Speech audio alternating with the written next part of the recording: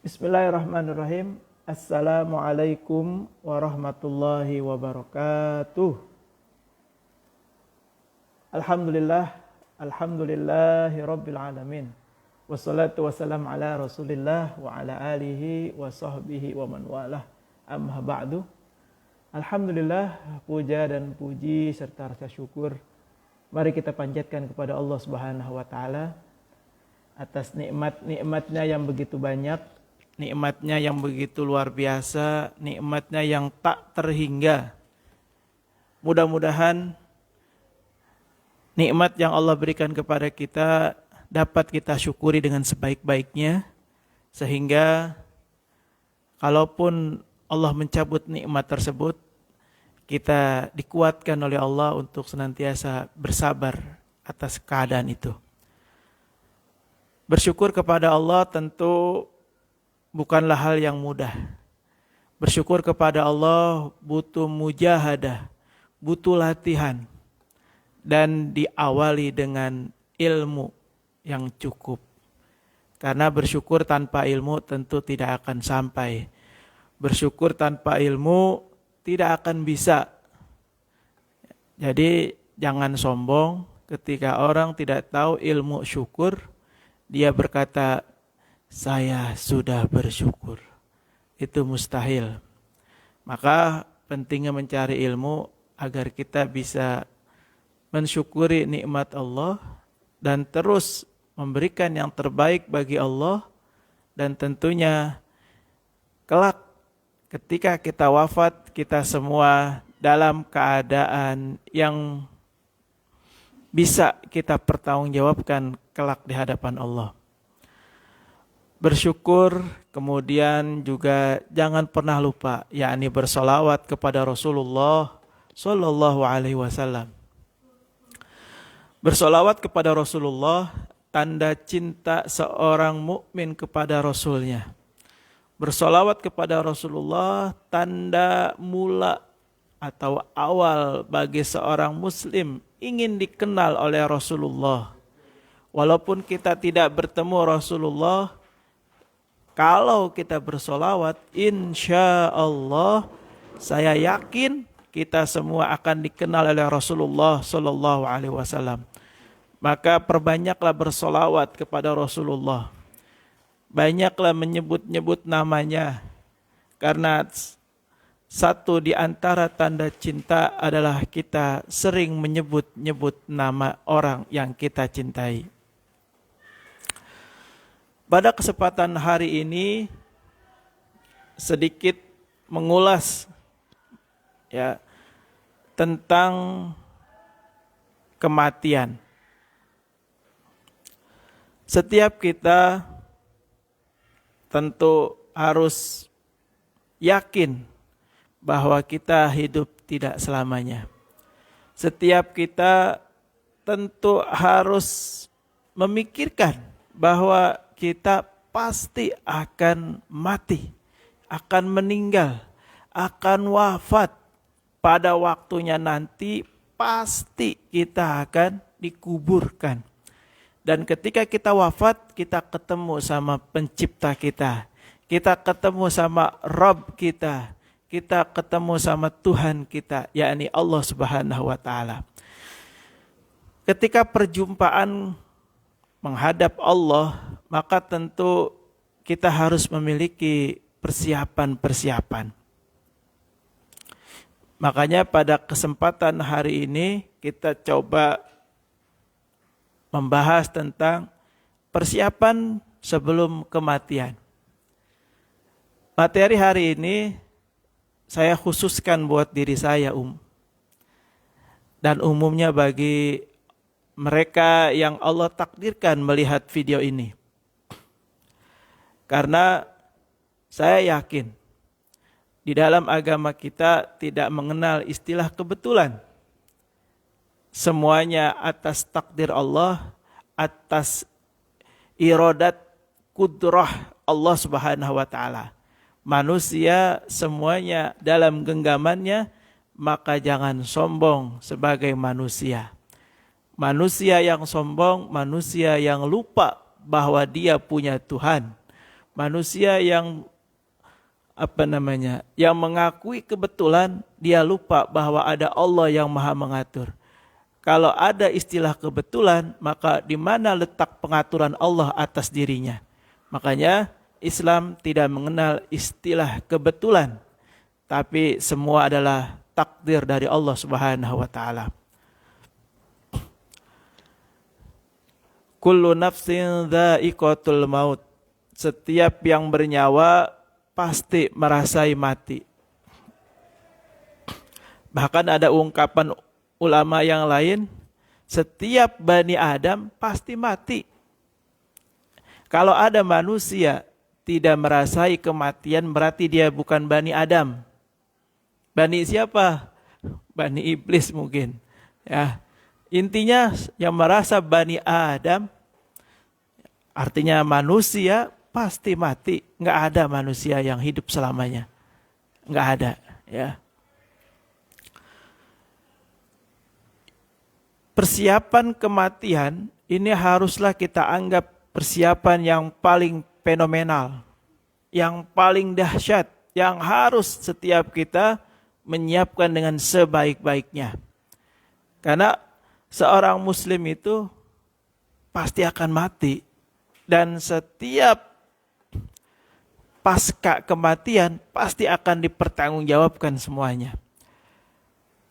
Maka persiapan yang harus kita siapkan dari setiap pribadi ini adalah pertama, beramal baik sebanyak-banyaknya.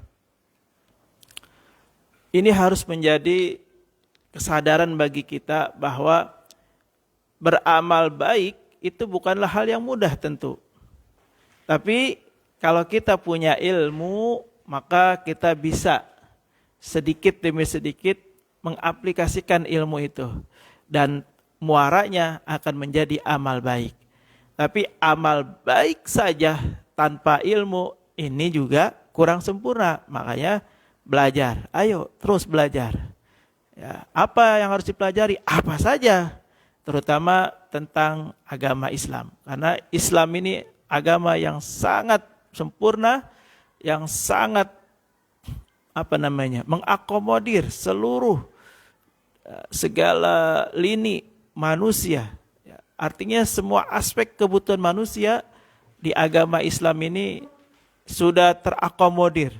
Tinggal manusianya mau atau tidak menggunakan fasilitas yang sudah Islam berikan. Yang pertama, beramal sebaik mungkin.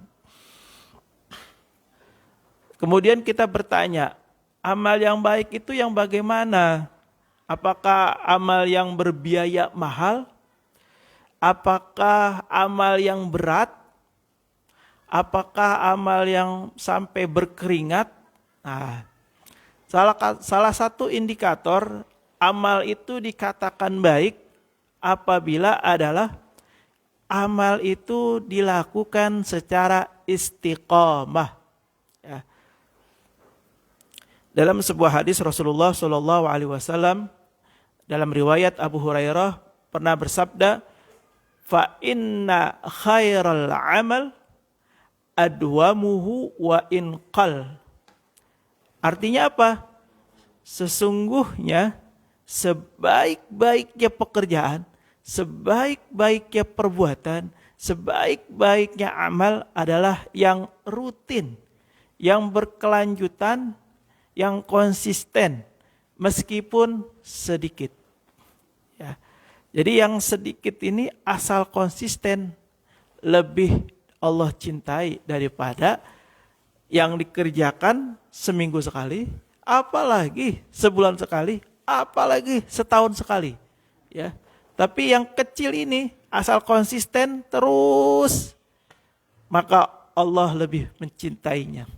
Dan orang-orang yang konsisten mendapat gelar istiqomah, mendapat predikat istiqomah.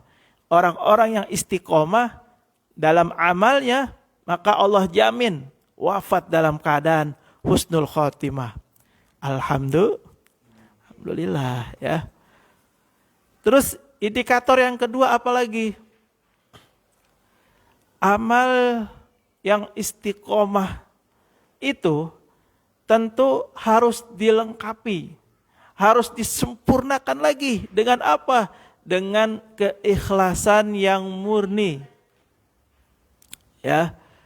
Terus apalagi dengan syarat dan ketentuan yang sesuai. Karena setiap ibadah dalam Islam itu ada syarat dan rukun. Ya, syarat dan ketentuan berlaku. Tidak semaunya, ya. Semua ibadah dalam Islam itu ada syarat dan ketentuannya. Tidak semau kita. Kalaupun kita istiqomah, maka istiqomahnya dalam syarat dan ketentuan yang berlaku.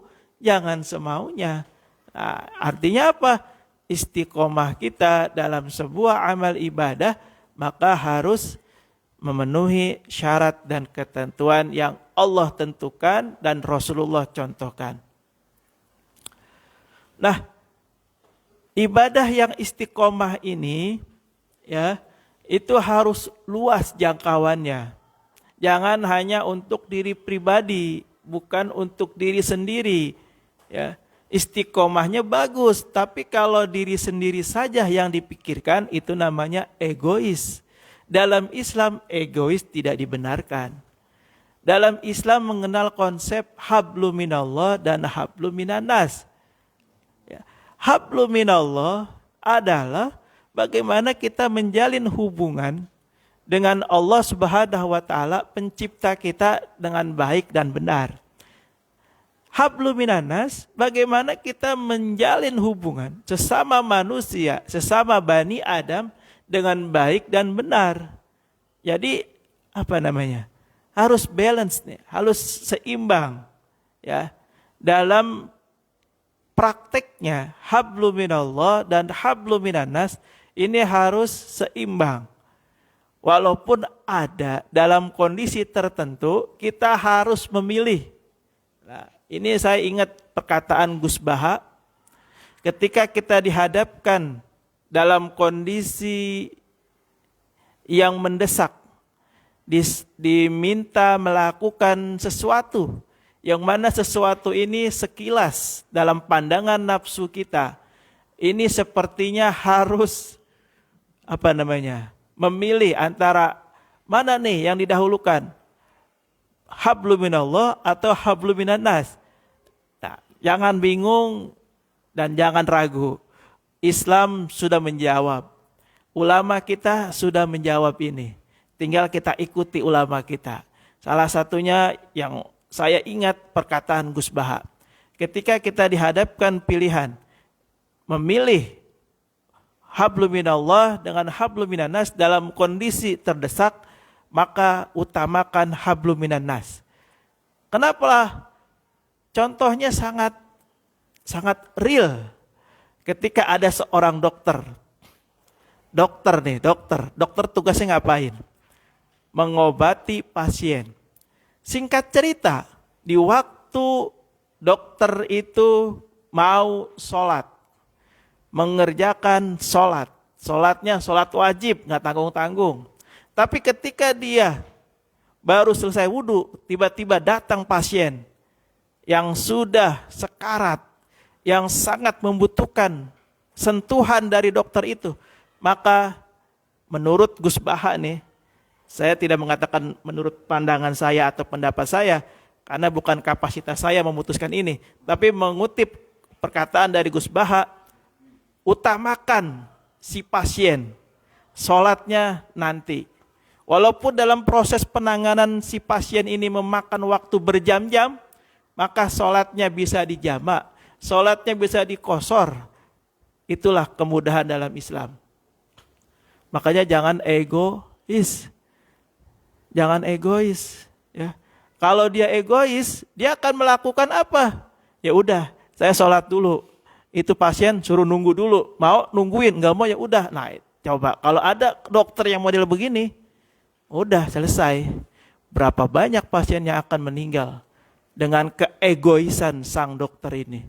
Makanya guru saya pernah bilang, kalau kalian pesantren atau dimanapun kalian belajar ilmu agama, jangan mikir jadi ustadz, jangan mikir jadi kiai. Ya. Jadilah kalian sesuai dengan takdir Allah. Kalau dokter, silakan jadi dokter, tapi dengan ilmu agama yang kau pelajari dulu. Dokter yang agamis. Kalau kalian jadi polisi, karena kalian punya basic agama, maka menjadi polisi yang agamis. Ya. Kalau kalian jadi tentara, jadilah tentara yang agamis dengan agama yang pernah kalian perdalam, kalian pelajari dalam pesantren ataupun sekolah yang lain. Itu, ya. Jadi lebih baik ilmu agama dipakai dalam lini profesi yang lain daripada hanya dipakai untuk jadi ustadz dan kiai saja. Walaupun ustadz dan kiai itu memang harus dibekali dengan ilmu agama, tapi ketika kita memang ditakdirkan oleh Allah menjadi seorang yang bukan selain ustadz dan kiai, bukan berarti kemudian ilmu kita nggak berkah, nggak manfaat, nggak seperti itu, ya. Jadi kembali lagi, bekali diri kita dengan amal yang banyak, yang baik dan istiqomah, ya. Itu yang pertama. Yang kedua, dalam rangka menyiapkan kematian kita yang husnul khatimah, dalam rangka menyiapkan kematian yang nanti di hadapan Allah kita pantas masuk ke dalam surga adalah kita menyiapkan amal yang pahalanya mengalir terus-menerus. Cari amalan yang pahalanya mengalir terus. Walaupun kita sudah meninggal, amal ini terus mengalir pahalanya. Cari, lakukan itu. Ini orang yang cerdas. Sekali berbuat, pahalanya mengalir terus. Di antara yang dapat kita lakukan menyiapkan amal jariah ini adalah kita mengenal atau pernah mendengar hadis Rasulullah Shallallahu Alaihi Wasallam apa? Ya, idza mata insan in qata'a amaluhu illa min salasin. Ketika seorang Bani Adam, seorang manusia, dia meninggal, maka terputus semua amalnya. Kecuali 3 perkara. Kecuali 3 amal yang dia akan mengikuti si mayit. Akan mengikuti dirinya sampai hari kiamat. Apa yang pertama? Shadaqatun jariyah. Sedekah jariah. Sedekah jariah ini sedekah yang dapat dimanfaatkan oleh orang banyak dan dalam waktu yang panjang. Ini sedekah jariah. Jadi sedekah jariah ini selama barang ini masih ada, manfaatnya masih dirasakan oleh orang, maka kalaupun kita meninggal, maka kita akan diwafatkan dalam keadaan membawa amal jariah. Yang kedua apa? Ilmu yang bermanfaat. Beruntunglah mereka yang menjadi guru. Menjadi guru, beruntung. Tapi guru yang bagaimana dulu? Guru yang ikhlas mengajarkan ilmunya kepada anak didiknya. Guru yang memberikan keteladanan kepada anak didiknya. Guru yang mengarahkan bahwa belajar bukan untuk kesuksesan dunia saja, tapi juga demi kesuksesan dunia dan akhirat. Nah, guru-guru yang mengajarkan ilmu yang bermanfaat seperti inilah guru-guru yang nanti akan merasakan amal jariah dari murid-muridnya. Yang ketiga, kata hadis ini adalah waladun soleh, anak yang soleh. Ada pertanyaan yang cukup menarik. Ustadz, kalau yang gak punya anak gimana? Nanti siapa yang doain? Nah, ini orang tuh kalau gak tahu ilmunya, dia akan putus asa dengan pertanyaan yang tadi. Iya juga ya. Berarti gue nanti kalau mati gak ada yang doain dong. itulah karena dia nggak tahu ilmunya, dia akan mudah putus asa, dia akan mudah menyerah. Padahal Islam tidak seperti itu. Islam mengajarkan dengan sangat detail. Orang yang tidak memiliki keturunan tetapi dia memiliki seseorang yang pernah diajarkan oleh dia, kemudian ilmunya dipraktekkan, disitulah amal jariah dia berlaku. Walaupun dia bukan anak darah dagingnya, walaupun dia lahir bukan dari rahimnya, walaupun dia lahir bukan dari status pasangan suami istri yang dia miliki, tapi karena dia pernah menjalankan, mengamalkan sesuatu pengetahuan yang dia dapat dari kita, maka dia juga disebut dengan waladun soleh. Maka dia juga disebut dengan anak yang soleh. Jadi memperbanyak amal jariah, inilah orang yang cerdas dalam mempersiapkan kematiannya. Yang ketiga, orang yang cerdas dalam mempersiapkan kematiannya, tips yang ketiga adalah selalu berdoa kepada Allah dengan doa Allahumma inni as'aluka husnul khatimah. Ya Allah, berikan saya kematian yang mulia, yakni kematian yang husnul khatimah. Nah, kematian yang husnul khatimah ini sangat mudah dideteksi oleh kita orang yang berilmu. Lagi-lagi soal ilmu. Karena tanpa ilmu kita nggak akan tahu, oh ini matinya husnul khatimah nih, oh ini tidak nih, gitu ya. Tapi dengan kita tahu ilmunya, maka kita akan sedikit punya gambaran bagaimana sih kondisi seseorang yang matinya dalam keadaan husnul khatimah. Di antara indikator seseorang dikatakan wafat dalam keadaan husnul khatimah adalah dia wafat dalam mengerjakan hal-hal yang baik, hal-hal yang positif, hal-hal yang bernilai ibadah. Kalau dia wafat dalam keadaan yang baik, insya Allah itu alamat bagi mereka yang mendapatkan husnul khatimah. Kemudian bagaimana caranya supaya dapat husnul khatimah? Ulama menjelaskan, Islam dengan detail menjelaskan itu. Caranya sangat mudah, tinggal kita mau atau tidak. Apa itu Ustadz? Lakukan hal-hal yang baik setiap saat. Karena kebiasaan itu akan membawa sampai akhir kita. Kebiasaan akan membawa sampai napas kita yang terakhir. Ya, ini bukan kata saya, tapi kata ulama. Ulama mengatakan orang itu akan diwafatkan berdasarkan kebiasaannya. Nah, ini sudah sangat jelas. Ya, kebiasaannya itulah yang akan mengakhiri kehidupan setiap manusia. Kalau orang yang kebiasaannya berdagang, mudah-mudahan dia wafatnya dalam keadaan berdagang. Tinggal berdagangnya dalam niat apa? Dalam berbohong atau tidak? Atau bagaimana? Nah, itu yang harus kita siapkan tuh. Kalau ada orang yang hobinya mancing, insya Allah, Allah akan cabut nyawanya dalam kondisi mancing. Tinggal mancingnya niatnya untuk apa?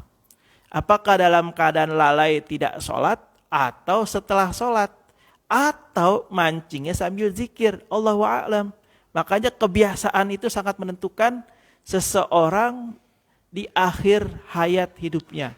Ya, sekali lagi, kalau kita ingin diwafatkan dalam keadaan husnul khatimah, maka lakukan hal-hal yang baik, hal-hal yang berguna, hal-hal yang bernilai ibadah. Ya, jangan semaunya, terserah Allah aja deh. Kalau Allah ridho, ya kita nanti husnul khatimah. Enggak begitu, ya. Enggak begitu. Kalau semuanya beranggapan demikian, maka buat apa ada Rasul diutus? Buat apa ada Al-Quran diturunkan? Karena adanya Al-Quran, adanya Rasul diturunkan, itu sebagai pembelajaran buat kita. Kita mau belajar atau tidak, gitu permasalahannya. Jadi, kesempatan hari ini yang saya sampaikan itu sepenuhnya buat diri saya. Mengingat diri saya agar saya bisa lebih prepare, mempersiapkan kematian saya juga. Karena kita semuanya pasti akan menjadi calon-calon mayit ya. Makanya jangan sombong deh manusia mah ya. Jadi sekali lagi, mari kita persiapkan kematian kita dengan hal-hal yang bermanfaat, dengan persiapan yang terbaik, agar apa? Agar kematian kita itu kematian yang husnul khatimah. Kematian yang Allah cintai sehingga Allah ridho kepada kita. Mudah-mudahan Allah berikan kesempatan kepada kita semua wafat dalam keadaan husnul khatimah. Amin ya Allah ya Rabbal Alamin. Terima kasih, mudah-mudahan ada manfaatnya. Mohon maaf jika ada yang salah dan kurang berkenan. Hadanallahu wa iyyakum ajmain. Assalamualaikum warahmatullahi wabarakatuh.